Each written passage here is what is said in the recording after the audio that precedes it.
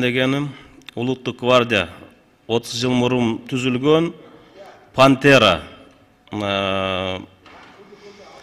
Ошол жерде 300-ге жакын офицерлер, ошол жерде кызмат кылышкан жүздөй солдаттар менен. Бүгүнкү күнү ушуну Баткенге Мурас деген ушундай бир ачылышта кылып Баткенге которуп, ал жерге 100 эле адам, Алмаз Акунжанович, 100 эле адам жумушка алынат экен да. Бүгүнкү күнү 200дөй спецназдар, офицерлер жумушу жок калып атат. Мына ушул маселени карап коюңуздар.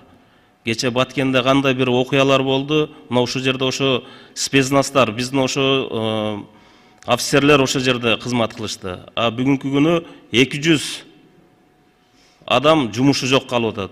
Ушул маселени карап койсоң